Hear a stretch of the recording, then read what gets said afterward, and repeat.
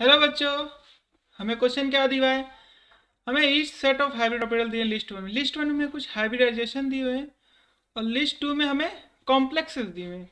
हमें क्या बताना है इस कॉम्प्लेक्स की, लिस्ट टू के कॉम्प्लेक्स की क्या क्या हाइब्रिडाइजेशन लिस्ट वन से मैच कर रही है। ठीक है, ऐसे क्वेश्चन स्टूडेंट पहले हम 3D ऑर्बिटल्स को लिख लें, हमें आसानी होगी इलेक्ट्रॉनिक कॉन्फ़िगरेशन लिखने के लिए। तो हम 3D ऑर्बिटल के इलेक्ट्रॉन को लिख लेते हैं, सॉरी एलिमेंट्स को लिख लेते हैं। ये 1, ये 2, ये 3, ये 4, ये 5, 6, 7, 8, 9, 10। ये 1 2 3 इलेक्ट्रॉन है, D1 D2 D3 D4 D5 6 accordingly. Okay, तो हम पहला लेते हैं Fe6 4 माइनस। यहाँ पे Fe पे +2 चार्ज है तो इलेक्ट्रॉनिक कॉन्फ्रेंस जाएगी 3D6 4s 0। हमारा फ्लोराइड जो होता है एक वीक फील्ड लिगैंड होता है।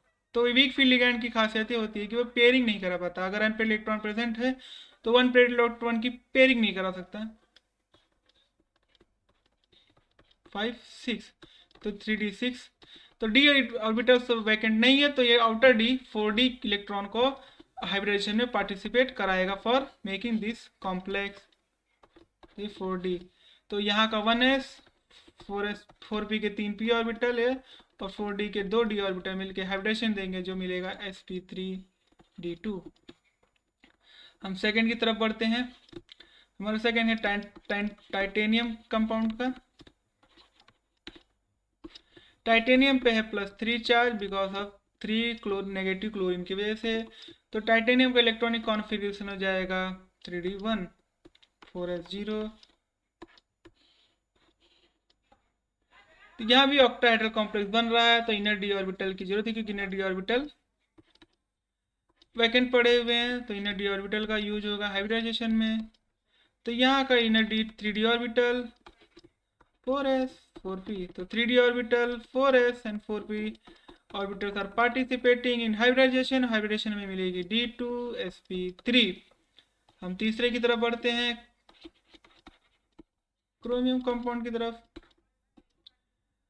क्रोमियम पे चार्ज है +3 क्योंकि हमारा अमोनिया है न्यूट्रल लिगैंड तो ओवरऑल चार्ज क्रोमियम पे होगा। क्रोमियम है +3 में, क्रोमियम +3 में है, इसका मतलब हो गया 3D3 4s0।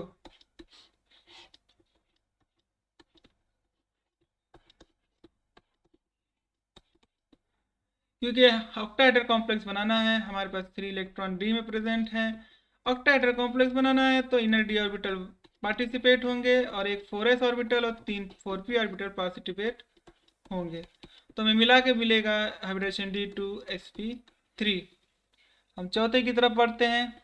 चौथा कॉम्प्लेक्स दिया है आयरन का Cl4 2 माइनस। तो Fe पे चार्ज है +2 3D6 4s0। क्लोरीन भी एक तरह का वीक फील्ड लिगैंड है तो वीक फील्ड लिगैंड की खासियत होती है वो पेयरिंग नहीं करा पाता। तो पेयरिंग नहीं कर पाएगा तो 4s और for making this complex 4 orbital must be mix. तो 4s का एक ऑर्बिटल s का और 4p के 3 ऑर्बिटल मिक्स होंगे तो हमें मिलेंगे हाइब्रिडाइजेशन sp3। हम बढ़ते पांचवे की तरफ जो है निकल टेट्रा कार्बोनिल। कार्बोनिल एक स्ट्रॉन्ग फील्ड लिगैंड होता है। स्ट्रॉन्ग फील्ड लिगैंड की खासियत होती है वो पेयरिंग करा सकता है। अगर अनपेड इलेक्ट्रॉन प्रेजेंट है तो पेयरिंग करा सकता है। कार्बोनिल एक न्यूट्रल लिगैंड है तो निकल पे कोई भी चार्ज नहीं, निकल का ऑक्सीडेशन 0 है तो 3D8 electronic configuration 3D8 4s2 2 3 1 2 3 4 5 6 7 8 4s 3D 4s। तो कार्बोनिल के प्रेजेंस में यहाँ पे हो जाएगी पेयरिंग, 4s इलेक्ट्रॉन ट्रांसफर हो जाएंगे जिसकी वजह से क्या होगा, हमारा जो 3D ऑर्बिटल हो कंप्लीटली फील्ड हो जाएगा। तो फॉर मेकिंग दिस ऑर्बिटल हमारा 4s और 3 4p ऑर्बिटल मिक्स होंगे और हमें हाइब्रिडाइजेशन देंगे sp3। हमारा 6 कॉम्प्लेक्स है निकल हेक्सासाइनेट, निकल टेट्रासाइनेट 2 माइनस। साइनाइड एक एनायनिक लिगेंड है और स्ट्रॉन्ग एनायनिक भी है और स्ट्रॉन्ग फील्ड लिगेंड भी। स्ट्रॉन्ग फील्ड लिगेंड की खासियत होती है पेयरिंग कराना। तो निकल पे चार्ज हो जाएगा 2+, तो इसकी वजह से आएगा electronic configuration 3D8 4s0।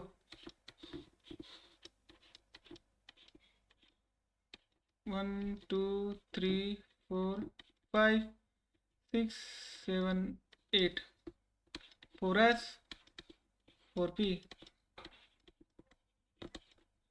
3D। Cyanide के प्रेजेंस में यहाँ का इलेक्ट्रॉन ट्रांसफर हो जाएगा और पेयरिंग हो जाएगी।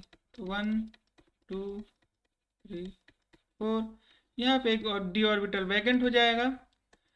For making this complex 1d 1s और 2p ऑर्बिटल्स मिक्स होंगे और हमें देंगे dsp2 हाइब्रिडाइजेशन। तो हम देखते हैं dsp2 कौन दे रहा है, dsp2 दे रहा है, dsp2 सिर्फ 6 दे रहा है, तो p 6 को करेगा।